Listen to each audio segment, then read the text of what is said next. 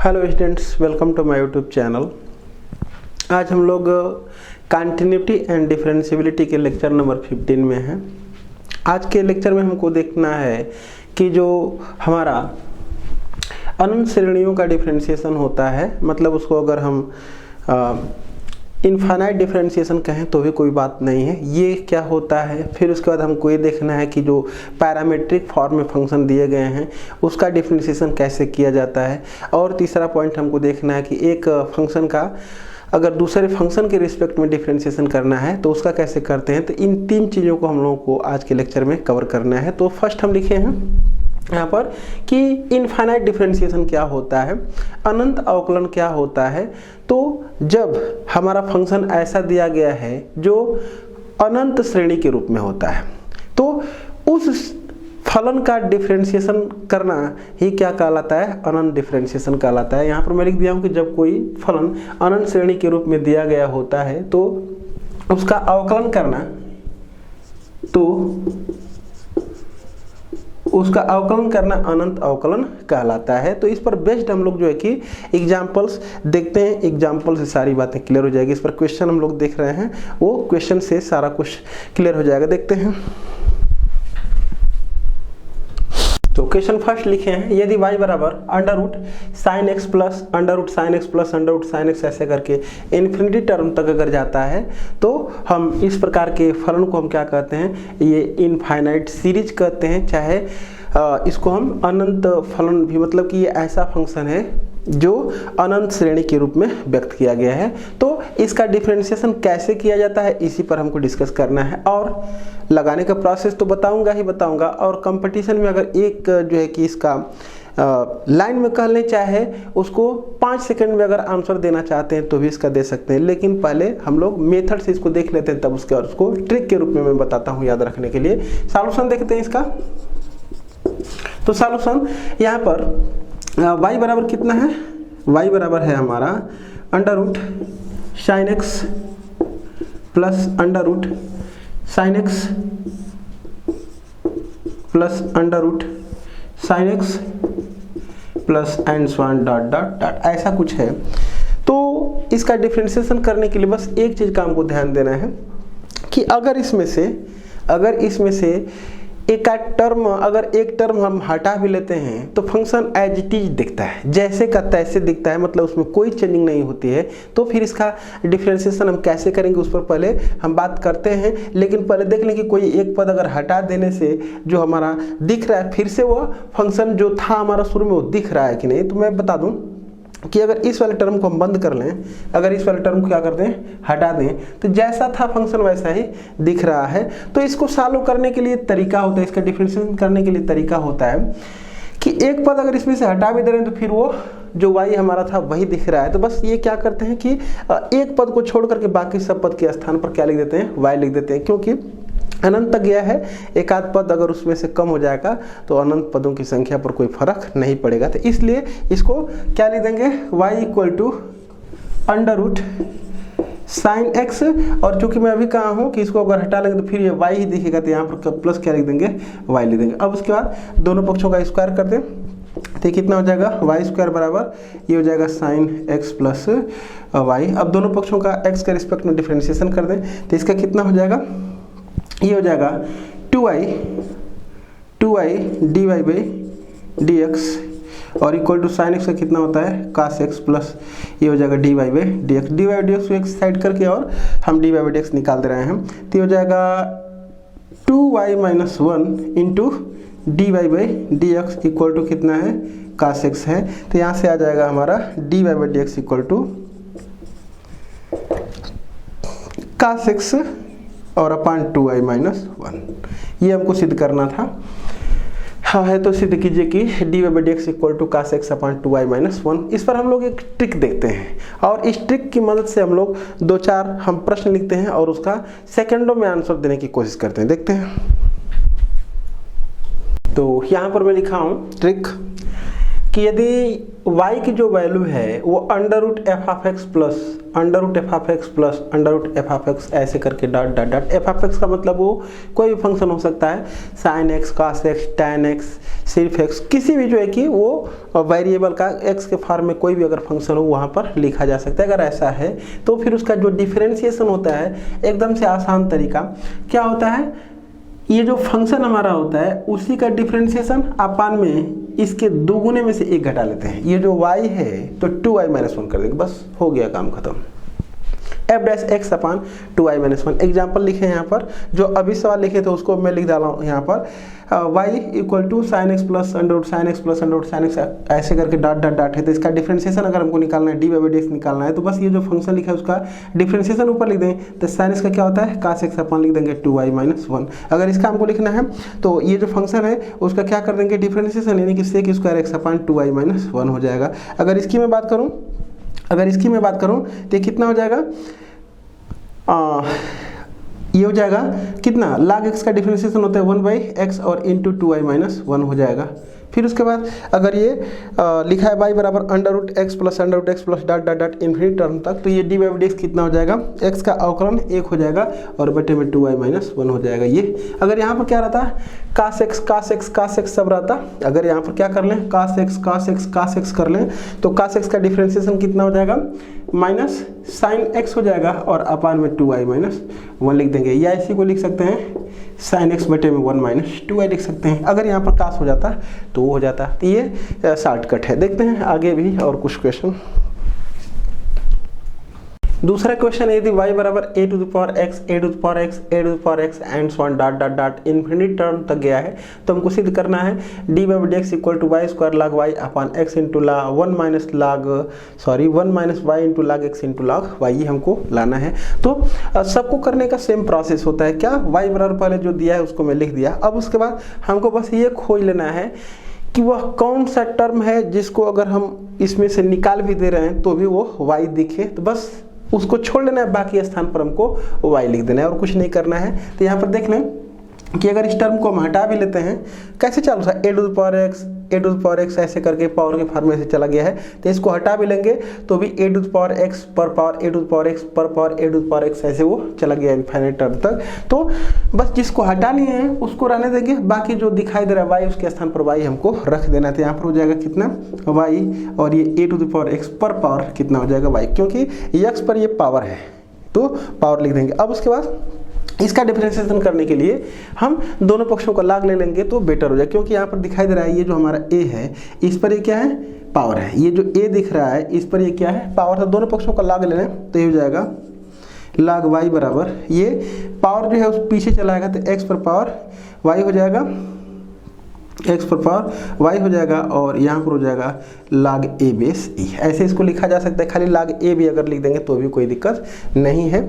हाँ, यहाँ पर ऐसे नहीं कर सकते हैं, ऐसे इसको नहीं किया जा सकता कि यहाँ पर लिखा गया है अगर कि log a पर पावर x पर पावर ये y लिखा गया है, ऐसे अगर ऐसे लिखा गया है तो हम इस वाले टर्म को चाहें कि पीछे ला दें कि y इंटू log ये ए टू द पावर एक्स, ऐसे ये गलत हो जाए। क्यों, क्योंकि जो सब पूरे का पावर होता है उसको पीछे लाया जाता है और y पूरे का पावर नहीं, सिर्फ किसका पावर है, x का पावर। हाँ, इसको अगर कहेंगे तो पूरे का पावर है, पूरा कौन है, a तो है, तो a का वो पावर है, तो इसलिए हम इसको ऐसे लिख सकते हैं। अब उसके बाद क्या कर दें, इसको डिफ्रेंशिएशन कर दें तो ये कितना हो जाएगा 1/y और ये dy by D x equal to, यहाँ पर क्या हो जाएगा, ये तो कांस्टेंट है इसको पीछे रख ले रहे हैं, ये कांस्टेंट हमारा इसको पीछे रख ले रहे हैं, तो ये कितना हो जाएगा log a बेस e हो जाएगा और ये जो हमारा है ये हो जाएगा D x of x to the power y. और कल मैंने फार्मूला बताया था x to the power y, कल मैंने फार्मूला बताया था उसको एक बार मैं यहाँ पर लिख करके और बस डायरेक्ट मैं लिख दे रहा हूँ। क्या बताया था मैंने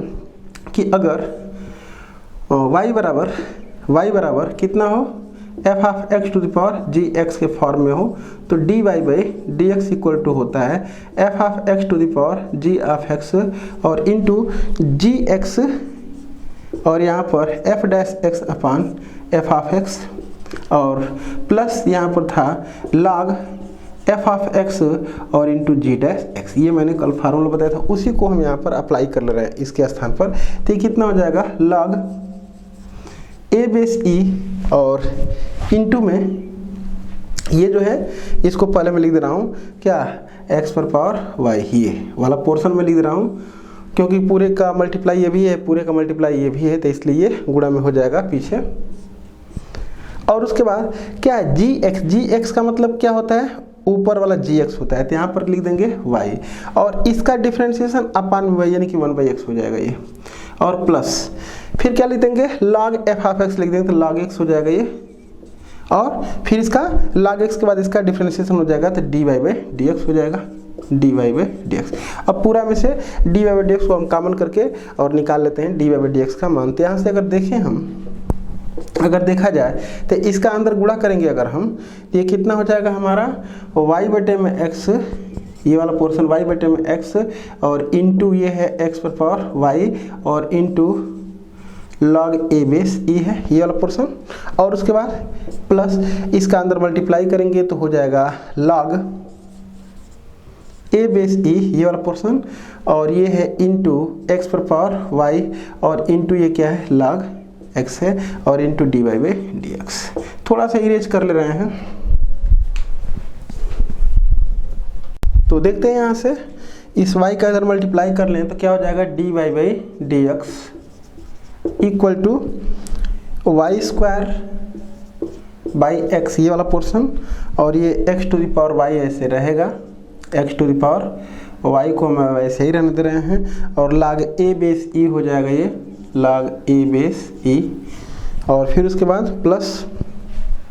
प्लस ये y का मल्टीप्लाई यहाँ पर हो जाएगा तो log a बेस e को वैसे ही अभी छोड़ रहे हैं, log a बेस e हो जाएगा, और ये इंटू y और इंटू कितना है x⁴y और log x हो जाएगा ये log x और इंटू dy/dx। अब dy/dx की एक साइड इधर कर ले रहे हैं हम, तो यहाँ से आ जाएगा हमारा 1 minus y into log a base e और इंटू x⁴y ये इंटू x⁴y और इंटू ये log x है और इंटू dy/dx इक्वल टू ये पूरा मैं लिखा हूँ 1 2 3 4, ठीक, इक्वल टू कितना हो जाएगा y² में x और इंटू x पर power y log a base e, और ये हो जाएगा बस इतना y² में x ये, ठीक। अब उसके बाद देख पा रहे हैं कि हमको dy/dx का मान निकालना है, तो यहाँ से कितना हो जाएगा dy/dx इक्वल टू y² में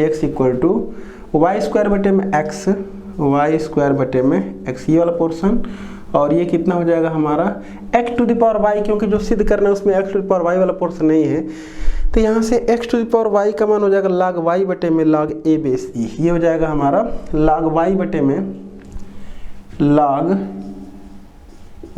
में log x हो जाएगा, यहाँ से log y में log a बेस e हो जाएगा, तो ये हो जाएगा log a बेस e ये वाला, अभी इसके स्थान पर लिख रहे हैं, और into log a base e, तो ये हो जाएगा हमारा log a बेस e, और अपान में लिख देंगे 1 माइनस y और ये हो जाएगा log a base e into, फिर इसके स्थान पर ये लिख देंगे यहाँ से log y में log a बेस e, तो log y में log a बेस e हो जाएगा, और फिर इंटू log x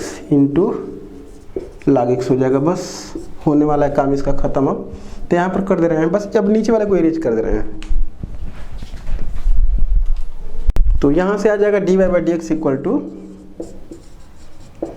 टू ये log a बेस e से log a base e cut जाएगा, तो हो जाएगा y² log y और अपान ये x ये वाला, और यहाँ से ये वाला पोर्शन अगर कट जाएगा तो हो जाएगा x इंटू ये 1 माइनस y और ये log x log y, ये हो जाएगा log x और ये हो जाएगा log इंटू log y। ये हमको लाना था प्रूफ्ड। आगे देखते हैं क्वेश्चन नंबर 3। चलिए देखते हैं क्वेश्चन नंबर 3 है यदि y बराबर x plus 1/x plus 1/x plus 1/x plus and so on dot dot dot infinity term तक है, तो हमको सिद्ध करना है कि dy/dx equal to y/2y minus x, ये हमको लाना है। देखते हैं, तो बस हल करने का सबका प्रोसेस सेम है, बस ये देख लेना है कि इसमें किसको हटाने के बाद भी हमको ये दिख रहा है कि वो y ही फिर से एक बार है। तो अगर इसको थोड़ा सा हम बंद करके हटा लें तो देखें, अगर x प्लस ये क्या है x प्लस 1/x प्लस ऐसे करके अगर इस वाले टर्म को हटा भी लेंगे तो ये क्या दिखाई दे रहा है, x प्लस 1/x प्लस 1, फिर से y दिख रहा है, ये वाला पोर्शन फिर से क्या दिख रहा है, y। तो इसी के स्थान पर बस हमको क्या लिख देना है, y। तो यहाँ पर लिख देंगे y बराबर x प्लस ये हो जाएगा 1/y, बस इसको ऐसे लिख दें, y square equal to x y plus कितना हो जाएगा, ये 1 हो जाएगा। डिफ्रेंशिएट कर दें, 2y dy/dx इक्वल टू प्रथम फलन गुण द्वितीय का अवकलन धन द्वितीय फलन गुण प्रथम का अवकलन, और इसका 0 हो जाएगा अवकलन। अब यहाँ से dy/dx को हम कॉमन कर लेंगे तो हो जाएगा 2y माइनस x, और ये हो जाएगा dy/dx इक्वल टू कितना हो जाएगा ये y। तो यहाँ से आ जाएगा dy/dx equal to y/2y minus x, ये हमको प्रूव करना था। आगे देखें, तो अगला हमको देखना है फलनों के प्राचलिक रूपों के अवकलन, मतलब कि अगर कोई फंक्शन है तो उसका जो प्राचलिक फॉर्म होता है, प्राचल फॉर्म में इक्वेशन होता है। अगर ऐसा दिया गया है कोई फंक्शन है और उस फंक्शन का जो पैरामीट्रिक फॉर्म में फंक्शन होता है, अगर वो हमको दिया गया है तो उसका डिफरेंशिएशन अगर हमसे पूछा जा रहा है, वहाँ से dy/dx की वैल्यू अगर हमसे पूछी जा रही है तो उसका प्रोसेस क्या होता है ये हम बताने वाले हैं। उससे पहले प्राचलिक फलन को डिफाइन कर लें कि प्राचलिक फलन क्या होता है, कैसा होता है, तभी तो हमको जो दिया रहेगा जानेंगे कि प्राचलिक फलन है और उसका हमको डिफरेंशिएशन वहाँ से dy/dx की वैल्यू फाइंड आउट करनी है। तो प्राचलिक फलन क्या होता है, यहाँ पर देख लें, लिखे हैं यदि चरों x तथा y को किसी तीसरे चर t के फलनों के रूप में व्यक्त किया गया है तो x तथा y को प्राचलिक फलन तथा चर t को प्राचल पैरामीटर कहते हैं। मतलब कि अगर हमारे पास दो चर हैं, ये x और y, दोनों को t के फॉर्म में, मतलब t के फलन के रूप में व्यक्त किया गया है, तो x भी t का फंक्शन है और y भी t का फंक्शन है। तो इस प्रकार के जहां पर ये t क्या है, एक तीसरा वेरिएबल है, x और y तो वेरिएबल है ही है, t क्या है, तीसरा वेरिएबल है, तो ये क्या है, x भी t का फंक्शन है, y भी t का फंक्शन है। तो इस प्रकार के हम फलन को क्या कहते हैं, पैरामीट्रिक फंक्शन कहते हैं। और यहाँ पर जो t होता है वो भी वेरिएबल है, लेकिन उसका नाम पैरामीटर इसलिए दिया गया है कि वो x और y के बीच में पढ़ करके दोनों को कनेक्ट करने का काम करता है। मतलब हम लोग एग्जाम्पल के थ्रू जानते हैं कि जब शादी विवाह होता है तो वहाँ पर जो है कि एक व्यक्ति ये लड़की वाले पक्ष और लड़के वाले पक्ष को वो कैसे जो है कि कनेक्ट करता है, कैसे बातें चीज़ें करके जो है कि वो अपना वर्क सब सेट करता है, जिसके कारण जो है कि शादी विवाह हो पाता है। तो वो जो बीच वाला आदमी होता है उसी को हम कहते हैं क्या, उसी को पैरामीटर का एग्जाम्पल दे सकते हैं प्राचल का, मतलब कि वो दो लोगों को जोड़ने का काम करता है। तो यहाँ पर जो t है वो क्या करता है, x और y को जोड़ने का काम करता है, इसलिए इसको क्या कहते हैं, पैरामीटर कहते हैं इसको। तो इसको जो है एक और शब्द के नाम से भी जाना जा सकता है, बिचौलिया के नाम से भी जान सकते हैं। मतलब कि बीच में पढ़ करके दो लोगों को क्या करता है, कनेक्ट करता है, ज्वाइन करता है। तो यहाँ पर बीच में x और y के बीच में t पढ़ करके और x और y को क्या कर देगा, ज्वाइन कर देगा, तो एक फंक्शन तैयार होगा x और y के फॉर्म में। तो यहाँ पर देख पा रहे हैं, हम जानते हैं कि y² बराबर 4x एक पैराबोला का इक्वेशन होता है। उसका जो प्राचलिक इक्वेशन होता है वो x बराबर 80², x बराबर कितना होता है, 80² होता है और y बराबर 280 होता है। ये क्या होता है, इस y² बराबर 4ax का पैरामीट्रिक इक्वेशन होता है। इसलिए यहाँ पर t को पैरामीटर कहा गया है कि x और y को कनेक्ट करके ऐसा बना देता है और उसमें से पैरामीटर गायब हो जाता है। तो इस प्रकार के फंक्शन का अगर हमको डेरिवेटिव ज्ञात करना होगा, अवकलन अगर ज्ञात करना होगा तो कैसे करेंगे, उन प्रोसेस को हम लोग देखते हैं। तो यहाँ पर लिखे हैं हम यदि x तथा y प्राचल t के फलन है, अर्थात y बराबर एफ ऑफ टी, x बराबर जी ऑफ टी, मतलब कि x भी t का फंक्शन है और y भी t का फंक्शन है, तो फिर अगर हमसे पूछा जा रहा है कि dy बाई dx ज्ञात कीजिए तो उसको कैसे निकालते हैं। तो ये जो हमारा लिखा गया है y, इसका भी t के रिस्पेक्ट में डिफ्रेंशिएशन करते हैं, तो dy upon dt equal to कितना हो जाएगा, f डैश t हो जाएगा।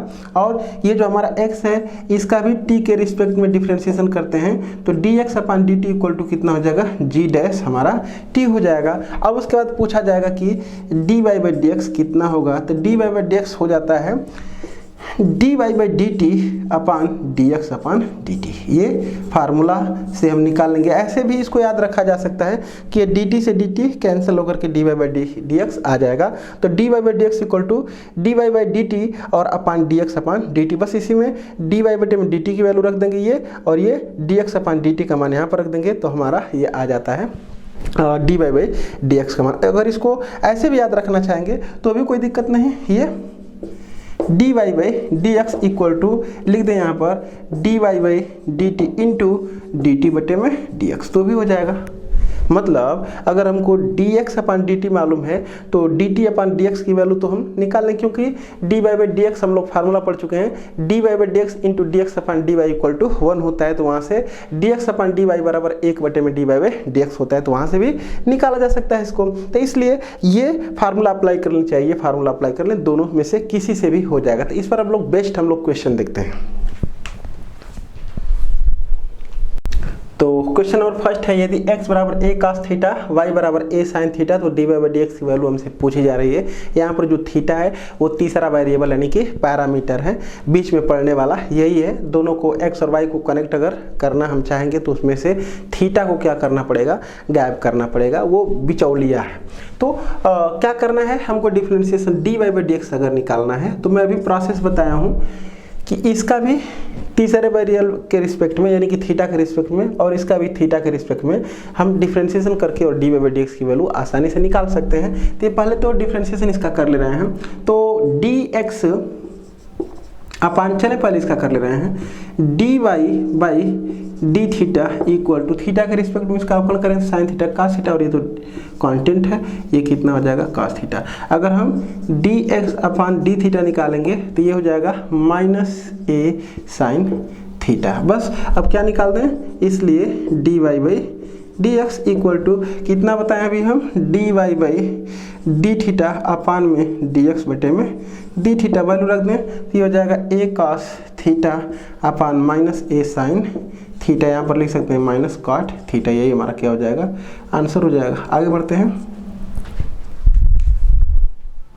क्वेश्चन नंबर 2 है, यदि x बराबर 80 स्क्वायर कामा y बराबर 280 है तो dy बाई dx तथा dy बाई dx का स्क्वायर ज्ञात कीजिए। तो सबसे पहले हम ये देखें, अभी बात किए थे हम कि जो ये x बराबर 80 स्क्वायर है और y बराबर 280 है, ये y स्क्वायर बराबर 4ax, इसका ही जो है कि ये जो हमारा एक पैराबोला है, इसी पैराबोला का एक क्या होता है, प्राचलिक इक्वेशन होता है। तो हमको यहाँ से dy बाई dx निकालनी है और इसका भी हम dy बाई dx निकाल कर दिखा देंगे कि इसी के क्या होगा, इक्वल होगा।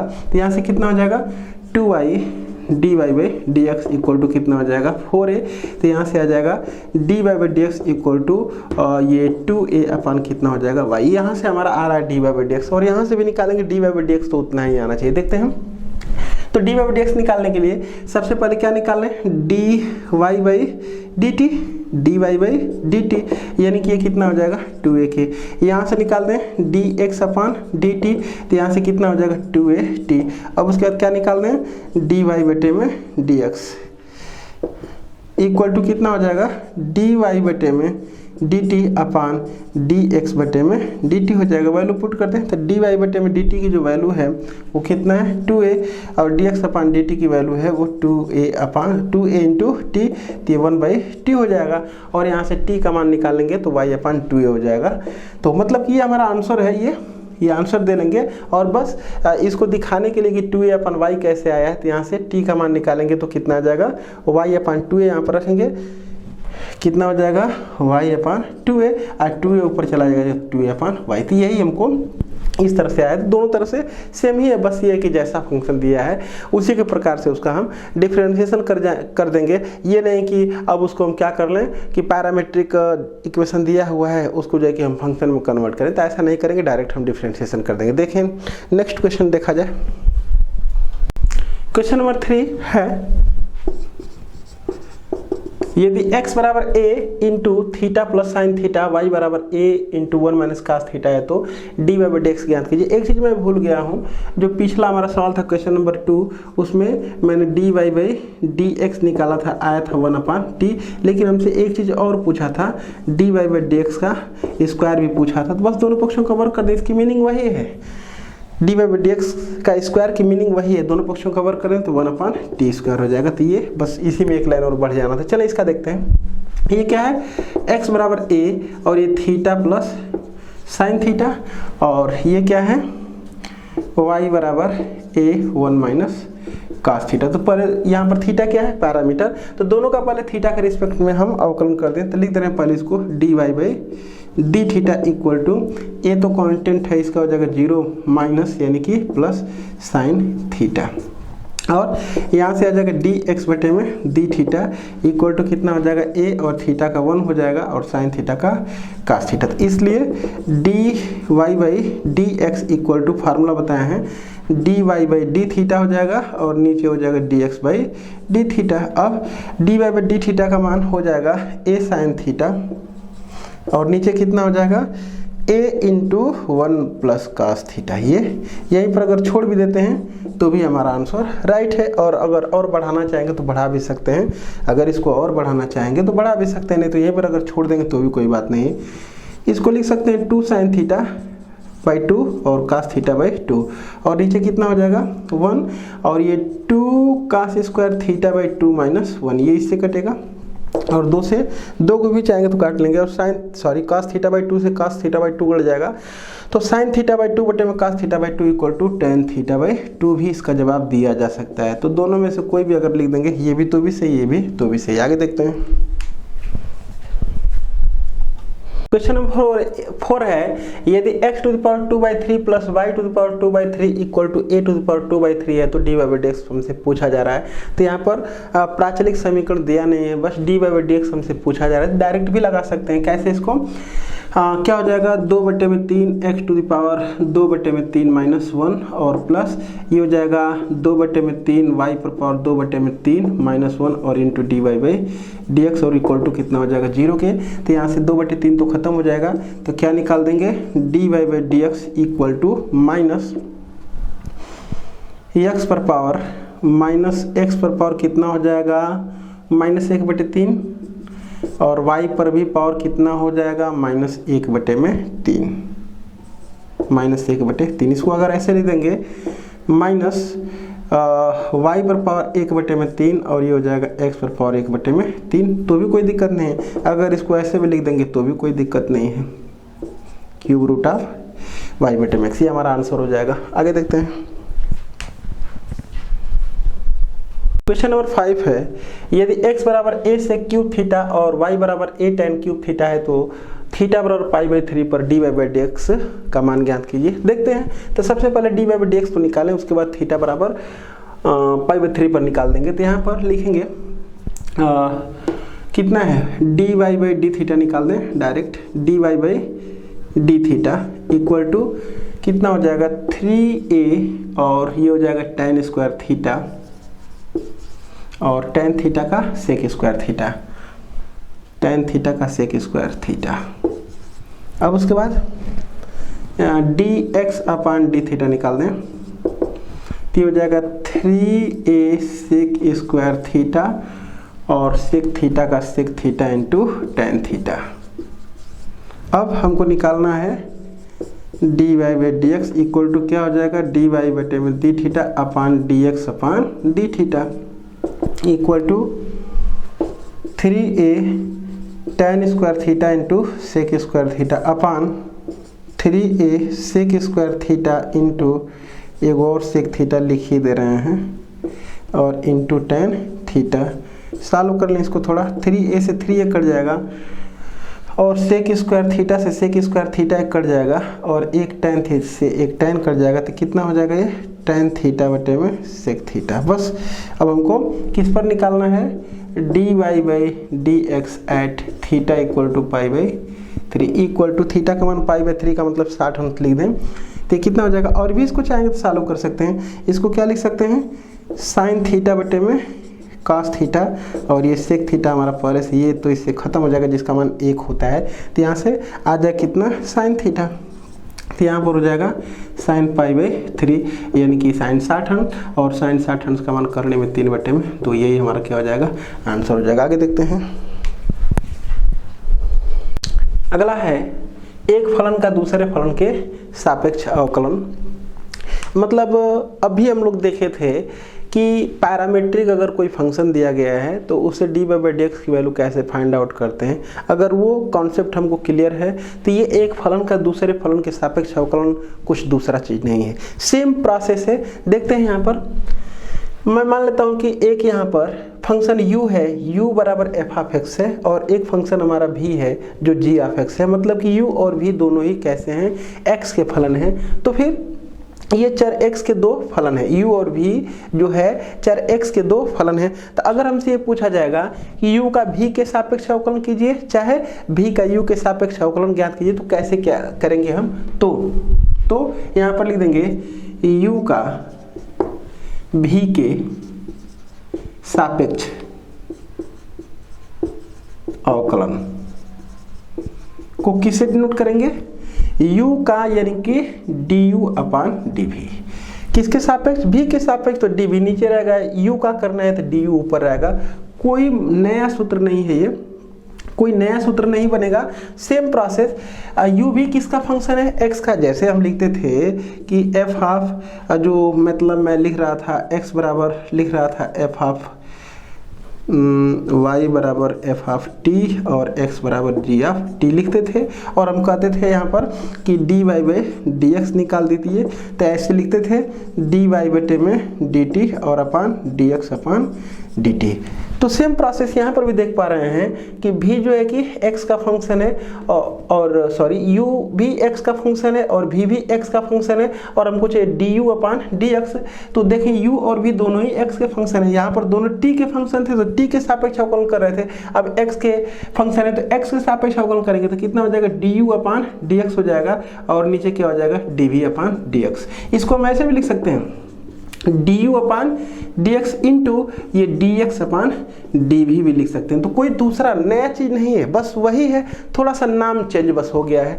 अगर यही लिख दें तो ये फर्स्ट पॉइंट है ये, और सेकंड पॉइंट हो जाएगा क्या, v का u के सापेक्ष अवकलन, यहाँ पर लिखेंगे v का u के सापेक्ष अवकलन। तो इस बात को कैसे हम डिनोट करेंगे, v का निकालना है u के सापेक्ष, तो कितना हो जाएगा dv upon du equal to कितना हो जाएगा dv अपान dx, क्योंकि दोनों ही x के फंक्शन है, और अपान में कितना हो जाएगा du अपान dx। इसी चीज़ को ऐसे भी लिख सकते हैं dv अपान dx और इंटू dx अपान du भी लिखा जा सकता है ये।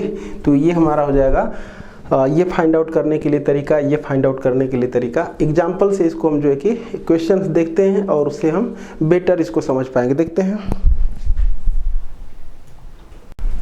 क्वेश्चन नंबर फर्स्ट है e to the power cos x के सापेक्ष साइन स्क्वायर x का अवकलन कीजिए। तो यहाँ पर सबसे पहले मैं लेट कर लूँगा, किसी एक को u कह दूंगा, किसी एक को v कह दूंगा। तो चलिए मैं लेट कर ले रहा हूँ, let u equal to e to the power cos x और v equal to sine square x। तो हमको क्या निकालना है, ये इसके सापेक्ष यानी कि u के सापेक्ष, यानी कि हमको ये फाइंड आउट करना है, ये फाइंड आउट करना है इतना का, यानी कि dv अपान du की वैल्यू ये हमको निकालना है। और इसका मतलब क्या हो गया, dv अपान दोनों ही x के फंक्शन है, x के फंक्शन, तो dv अपान dx और ये हो जाएगा du अपान dx। तो क्या करना है, ये हम तो निकालना है हमको ये चीज़, तो इसलिए दोनों का पहले हम x के सापेक्ष अवकलन ज्ञात कर ले रहे हैं।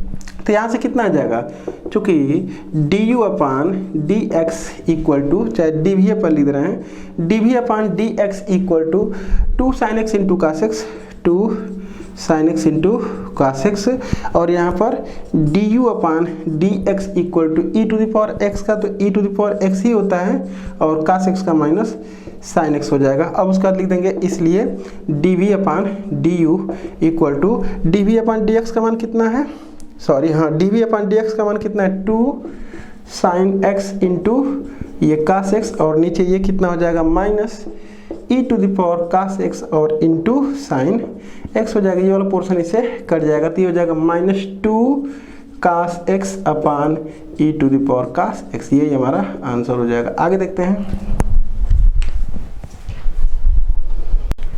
क्वेश्चन नंबर सेकंड है साइन इनवर्स एक्स का कॉस इनवर्स एक्स के सापेक्ष अवकल गुणांक ज्ञात कीजिए। तो पहले मैं लेट कर लेता हूँ, लेट u बराबर साइन इनवर्स एक्स और v बराबर कॉस इनवर्स एक्स। तो हमको निकालना क्या है, इतना के सापेक्ष, यानी कि हमको ये निकालना है d you upon D v की वैल्यू निकालनी है। क्यों? क्योंकि यहाँ पर कह रहा है कि साइन इनवर्स एक्स का कॉस इनवर्स के सापेक्ष, जिसके सापेक्ष होता है वो नीचे होता है, तो यहाँ पर इसी को मैंने भी कहा, इसका मतलब डी भी नीचे रहेगा। इसका मतलब कि हमको ये निकालना है d you upon D x और ये नीचे D we upon D x. तो सबसे पहले हम ये दो निकालना है, तो सबसे पहले D you upon D x और D we upon D X निकाल रहे हैं। तो D you upon D X sine inverse x का 1/में √1 माइनस एक्स स्क्वायर, और D V upon D x equal to -1/में √1 माइनस एक्स स्क्वायर। इसलिए कितना D you upon D V equal to, बस रख ले रहे हैं हम, कितना हो जाएगा 1/में √1 minus x square upon -1/√1 minus x square equal to -1। यही हमारा आंसर हो जाएगा। आगे देखते हैं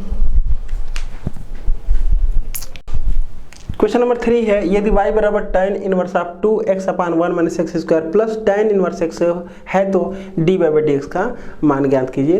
तो ये तो जो अभी हम लोग टॉपिक जो जिस पर डिस्कस कर रहे हैं उस टॉपिक का सवाल नहीं है, बशर्ते इसमें लिख दिया है तो इसको भी सॉल्व कर लिया जाए। एकदम आसान सवाल दे दिया है। इसमें क्या है, y बराबर ये जो tan इनवर्स 2x अपान 1 माइनस एक्स स्क्वायर है वो 2 tan इनवर्स x का फार्मूला होता है, तो यहाँ पर लिख सकते हैं 2 tan इनवर्स x और प्लस ये कितना है tan inverse x equal to 3 tan inverse x हो जाएगा। तो हमसे dy/dx पूछ रहा है, तो ये dy/dx इक्वल टू 3 और ये 1 प्लस एक्स स्क्वायर, यानी कि टोटल मिलाकर के कितना हो जाएगा 3/1 प्लस एक्स स्क्वायर। ये आंसर हो जाएगा। देखते हैं आगे। नंबर 4 है tan इनवर्स 2x अपान 1 माइनस एक्स स्क्वायर का cos inverse 1 minus x square अपान 1 प्लस एक्स स्क्वायर के सापेक्ष अवकल गुणांक ज्ञात कीजिए। तो सबसे पहले मैं लेट कर लेता हूँ, इसको लिख दे रहा हूँ u बराबर tan इनवर्स 2x अपान 1 माइनस एक्स स्क्वायर, और इसको मैं लिख दे रहा हूँ v बराबर cos inverse of 1 minus x square upon 1 plus x square. तो हमको क्या निकालना है, इतना के सापेक्ष कर रहा है।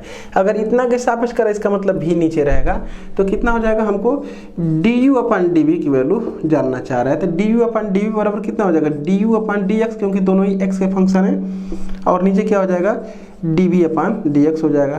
तो क्या निकाल दें, D you upon D X निकाल दें और D we upon D X निकाल दें। तो यहाँ पर लिखते हैं, चूंकि जो यू है u बराबर tan इनवर्स 2x अपान 1 माइनस एक्स स्क्वायर, तो 2 tan इनवर्स x का फार्मूला है, ये मैंने बताया था। तो ये कितना हो जाएगा 2 tan इनवर्स x, तो निकाल दें du upon dx equal to 2/1 plus x square. फिर उसके बाद v बराबर कितना है, v बराबर है cos inverse 1 minus x square upon 1 plus x, ये भी 2 tan इनवर्स एक्स का ही फार्मूला है, 2 tan इनवर्स एक्स का भी यही फार्मूला है। तो फिर क्या हो जाएगा dv upon dx equal to 2/1 plus x square. अब निकालना है हमको, इसलिए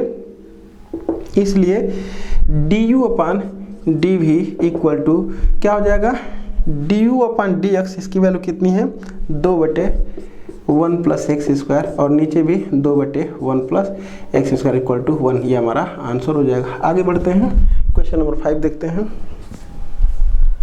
क्वेश्चन नंबर 5 है फलन 4 into E to the power sine inverse X plus π/2 का 5 साइन इनवर्स एक्स प्लस π/4 के सापेक्ष अवकल गुणांक ज्ञात कीजिए। मतलब हमको ये निकालना है, ये किसका, इतना के सापेक्ष, इसको ऐसे भी लिखा जा सकता है, लेट u बराबर 4e⁴ sin इनवर्स x और प्लस π/2 और v बराबर लिख दे रहे हैं 5 sin इनवर्स x प्लस π/4। इसको ऐसे भी लिख सकते हैं d कितने का, इतना का, तो यहाँ पर हो जाएगा 4 और ये e⁴ sin inverse x plus π/2 इतना का, कितना के सापेक्ष, d इतना के सापेक्ष, तो हो जाएगा 5 sin इनवर्स x प्लस π/4। ऐसे भी इसको लिखा जा सकता है, जिस पर हम लोग डिस्कस जो है कि डिफरेंशिएशन जब स्टार्ट किए थे तो भी कर चुके हैं। तो फिर कितना, इतना का निकालना है, यानी कि इसका निकालना है इतना के सापेक्ष, यानी कि हमको du/dv की वैल्यू निकालना है। du/dv इक्वल टू du/dx और नीचे हो जाएगा dv/dx इक्वल टू, इसका x के सापेक्ष अवकलन करेंगे तो 4 और e⁴x का तो e⁴x हो जाएगा, लेकिन ये x तो था नहीं, तो sin इनवर्स x का कितना हो जाएगा 1/√1 - x² और प्लस इसका तो 0 हो जाएगा, इसको 0 लिख दे रहे हैं, जरूरत नहीं है उसकी, और नीचे dv/dx कर दे रहे हैं, तो dv/dx कितना है, ये 5 और ये 1/√1 - x² और इसका कितना हो जाएगा 0। थोड़ा सा इसको सॉल्व कर लेंगे, ये वाला पोर्शन इसका कट जाएगा, तो क्या हो जाएगा, ये हो जाएगा हमारा equal to 4 e⁴ sin inverse x, ये और ये हर शेयर कट जाएगा, तो बस बटे में कितना बच जाएगा हमारा 5 बच जाएगा, तो यहाँ पर क्या लिख देंगे 5, ये हमारा आंसर हो जाएगा। आगे बढ़ते हैं, क्वेश्चन नंबर 6 है cos इनवर्स 2x √1 - x² के सापेक्ष tan इनवर्स 1 √1 - x² अपान x को अवकलित कीजिए, जबकि दिया हुआ है हमको इसमें ये कि जहाँ x बिलोंग्स टू 1/√2 to 1, मतलब ये है कि जो x की वैल्यू है वो 1/√2 से 1 के बीच में लाई करती है, ये इसका मतलब है। चलो देखते हैं, इसको सॉल्व करते हैं, जरूरत पड़ेगी तो इसको समझाया जाएगा। अगर ये स्टैंडर्ड फॉर्म रहता है या स्टैंडर्ड फॉर्म ये रहता तो उसके लिए जो डोमेन होता है, जो x का मान क्या होता है वो मैं बताता, लेकिन ये स्टैंडर्ड फॉर्म में खुद नहीं है, कुछ कन्वर्ट करने की हमको इसमें ज़रूरत है। देखते हैं, तो मैं लिख लिया हूँ लेट इतना बराबर v, u बराबर इतना, v बराबर इतना, इसको मतलब v से डिनोट कर दिया और इसको u से, तो हमसे कह रहा है कि इतना के सापेक्ष, यानी कि इतना के सापेक्ष ये नीचे रहेगा, तो dv/du की वैल्यू हमसे पूछ जा रही है। इतना के सापेक्ष, जितना के सापेक्ष कहता है वो नीचे होता है, यानी कि इसी को u माने हैं तो ये नीचे रहेगा, और इतना का अगर अवकलन करना है तो dv, यानी कि हमको निकालना है dv/du। तो क्या निकालना होगा, dv/dx निकालना होगा और नीचे du/dx, ये हमको फाइंड आउट करना है। अब उसके बाद देख लेते हैं थोड़ा सा कि ये जो u है, u बराबर cos इनवर्स लिखा गया है 2x √1 - x²। अब यहाँ पर कुछ सब्स्टिट्यूशन करके देख लेते हैं कि थोड़ा छोटा फॉर्म आ जाएगा तो आसानी से इसका डिफरेंशिएशन हो जाएगा। तो यहाँ से लेट कर ले रहे हैं सॉरी, यहाँ से लेट कर ले रहे हैं, अगर x बराबर हम कितना ले रहे हैं, सपोज कर लेते हैं x बराबर कितना sin थीटा, तो इसको अगर ऐसे लिख देंगे बिना माने हुए, u बराबर कितना लिख दें π/2 माइनस साइन इनवर्स 2x और √1 - x²। क्यों? क्योंकि जो sine inverse x plus cos inverse x होता है वो π/2 के इक्वल होता है। तो फिर यहाँ से अगर हम निकालना चाहेंगे cos इनवर्स x बराबर, तो कितना आ जाएगा, cos इनवर्स x बराबर हो जाएगा π/2 माइनस साइन इनवर्स x। ये तो बस यहाँ पर कुछ भी हो सकता है, बस सेम दोनों जगह पर आना चाहिए। तो ये cos इनवर्स ये x है, ये तो हम लिख सकते हैं इसको π/2 माइनस साइन इनवर्स x, ऐसा कुछ। और ये जो हमारा होता है ये फार्मूला होता है π/2 माइनस, ये होता है 2 cos इनवर्स x का सूत्र होता है। तो ये 2 cos इनवर्स और 2 cos inverse x, sorry 2 cos inverse x का ये फार्मूला होता है। साइन इनवर्स मैंने उस दिन बताया भी था और आज भी निकाला जा सकता है, कोई दिक्कत नहीं। बस यहाँ पर अगर देखें हम 2 cos इनवर्स x का अगर मतलब कि निकालना है हमको, तो उसको डेरिवेशन भी किया जा सकता है, लेकिन डेरिवेशन करने से हमको बहुत फायदा नहीं मिलने वाला, इसलिए डायरेक्ट भी इसको कर दे रहे हैं। तो ये हो जाएगा इसके लिए फार्मूला, तो हमको चाहिए du/dx, तो निकाल रहे हैं यहाँ पर d u upon d x equal to, ये तो जीरो हो जाएगा। अब कास इनवर्स एक्स का होता है -1 बटे में under root 1 minus x square, तो माइनस माइनस खत्म हो जाएगा, 2 बटे में under root 1 minus x square. अब उसके बाद हम कर ले रहे हैं, ये तो निकल गया, अब निकाल दें d v upon d x. देख लेते हैं आगे,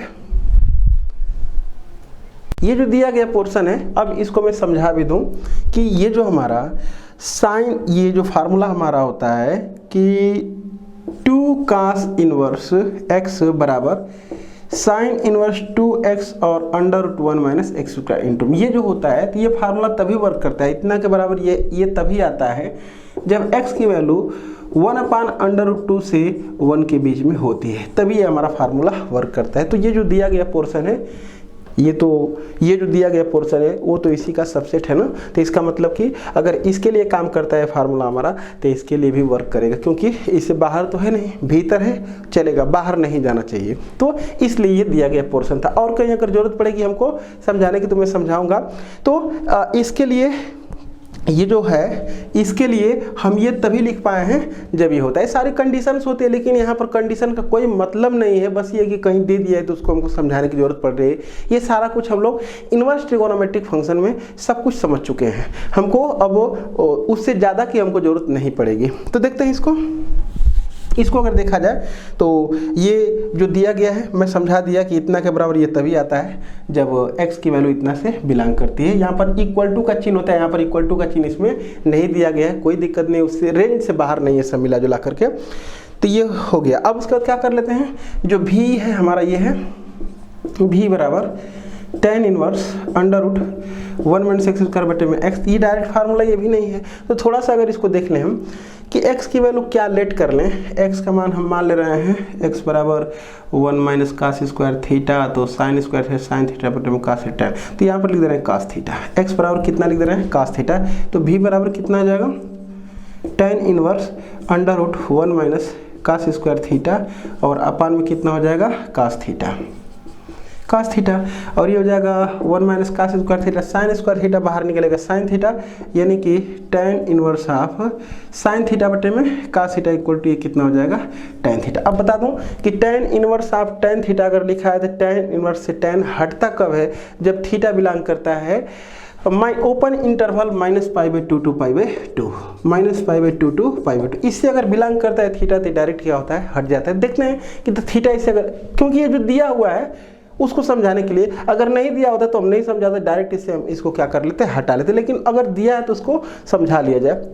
तो देखते हैं थीटा अगर इससे बिलोंग करेगा तो हटाएंगे तभी हट पाएगा, नहीं तो कुछ वर्क करना पड़ेगा। तो यहाँ पर देखा जाएगा तो x बराबर तो कास थीटा दिया हुआ है, x बराबर कास थीटा का मतलब ये कि x की वैल्यू जो है हमारा, चूंकि जो x है वो बिलोंग कर रहा है 1 अपान अंडर रूट 2 से लेकर के 1 के बीच में, ये जो गिवन इन्फॉर्मेशन है उसके हिसाब से ये जो x हमारा है 1 अपान अंडर रूट 2 से 1 के बीच में अगर बिलोंग कर रहा है तो कास थीटा कितना से बिलोंग करेगा, मतलब उसके आधार पर अगर लिख देंगे थीटा किससे बिलोंग करेगा तो हम लोगों का काम हो जाएगा। तो यहाँ पर देख लेते हैं x की वैल्यू दिया हुआ है और हमको निकालना है x का मान, अगर इससे बिलोंग करे तो कास थीटा किससे बिलोंग कर रहा है, तो वहाँ से हमको ये पता चल जाएगा कि थीटा किससे बिलोंग कर रहा है। थीटा अगर बिलोंग करता है हमारा मिल जाएगा तो हम लोगों का काम हो जाएगा। देखते हैं दो तरह से इसको समझा जा सकता है। इसके पूरे का अगर कास ले लेंगे तो जब कास लिया जाता है हमारा कहाँ से कहाँ तक है, ये है 1/2 x का मान और 1, तो ये x का मान यहाँ पर कहीं हमारा कितना हो जाएगा 1/2 हो जाएगा और कहीं यहाँ पर 1 हो जाएगा। x की जो वैल्यू है इतना, और जो होता है कास का ग्राफ ऐसा कुछ होता है, समझाते हैं अभी। तो यहाँ पर देखते हैं जो x की वैल्यू है यहाँ पर दिया गया है कि x का मान 1 अपान अंडर रूट 2 से 1 के बीच में अगर लाई करता है x का मान, तो x की वैल्यू हमने क्या मान रखा है, थीटा मान रखा है। तो यहाँ पर अगर थीटा रख देंगे तो 1 अपान अंडर रूट 2 और यहाँ पर कितना हो जाएगा कास थीटा, और यहाँ पर कितना हो जाएगा 1 हो जाएगा। तो कास थीटा का मान 1 अपान अंडर रूट 2 से 1 के बीच में है। तो हम देख पा रहे हैं कि हमारा कास का ग्राफ होता है, कास थीटा ग्राफ होता है।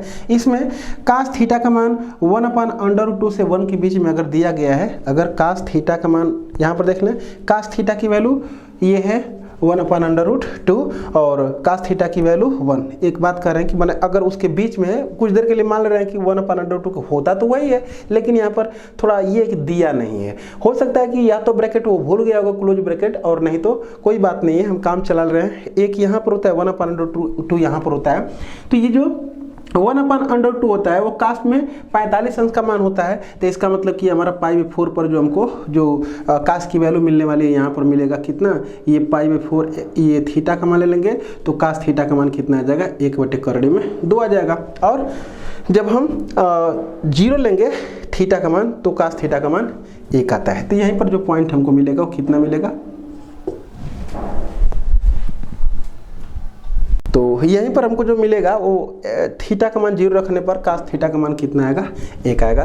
तो बस इतनी सी बात है कि अगर कास थीटा 1/√2 से 1 के बीच में अगर बिलोंग कर रहा है, कास थीटा अगर 1/√2 से 1 के बीच में अगर बिलोंग कर रहा है, तो जो थीटा है वो कहाँ से कहाँ के, मतलब थीटा की वैल्यू क्या रखी गई होगी, तो 0 से π/4 के बीच में, 0 से π/4 के बीच में अगर हम थीटा रखेंगे तो कास थीटा का मान इतना के बीच में आएगा। तो देखते हैं सब मिला करके ये है कि अगर यहाँ पर हम देखें तो जो थीटा हमारा होगा वो किससे बिलोंग करेगा, जो थीटा बिलोंग करेगा वो 0 से π/4 के बीच में, तो 0 से π/4 के बीच में। और अगर इससे ज़्यादा हमको समझने की ज़रूरत है तो ये सारा इनवर्स ट्रिगोनोमेट्रिक फंक्शन हम लोग इसी पर बेस्ड पढ़े हुए हैं। तो बस इतनी सी बात है कि थीटा का मान 0 से π/4 के बीच में, और हम जानते हैं कि जो थीटा है अगर वो -π/2 से पाई के बीच में होगा, अगर थीटा -π/2 से π/2 के बीच में कुछ भी रहेगा तो tan इनवर्स से tan हट जाएगा। तो देख पा रहे हैं कि थीटा 0 से π/4 तो इसी के बीच में है ना, तो इसका मतलब tan इनवर्स से tan हट करके सिर्फ कितना हमारा आएगा, थीटा आएगा। इरेज कर लेते हैं, तो यहाँ पर मैं इसको इसलिए हटा ले रहा हूँ भी बराबर, इसलिए इसको हटा दे रहा हूँ, थीटा बस लिख रहा हूँ, क्योंकि जो हमारा थीटा है वो बिलोंग किससे कर रहा है, 0 से π/4 के बीच में, इसलिए मैं हटा ले रहा हूँ। और उसके बाद थीटा की वैल्यू यहाँ से निकाल देंगे तो हो जाएगा cos इनवर्स x, यानी कि भी बराबर कितना हो जाएगा, ये cos इनवर्स x हो जाएगा। तो dv/dx निकाल दें, तो dv/dx = -1/√1 - x² हो जाएगा। अब इसमें रखते रहे हैं, यहाँ पर इरेज कर दें, तो यहाँ से अगर हम देखें dv/dx = तो dv/dx का मान dv/dx का मान मैं लाया हूँ अभी -1/√1 - x², और du/dx का मान आया है 2/√1 - x²। तो यहाँ से आएगा हमारा ये कट करके -1/2। चेक कर लेते हैं एक बार, तो आंसर ही हमारा राइट है। और यदि आपको हमारा लेक्चर पसंद आता है तो ज़्यादा से ज़्यादा लाइक, सब्सक्राइब एंड अपने दोस्तों के साथ शेयर करें। Thank you for watching.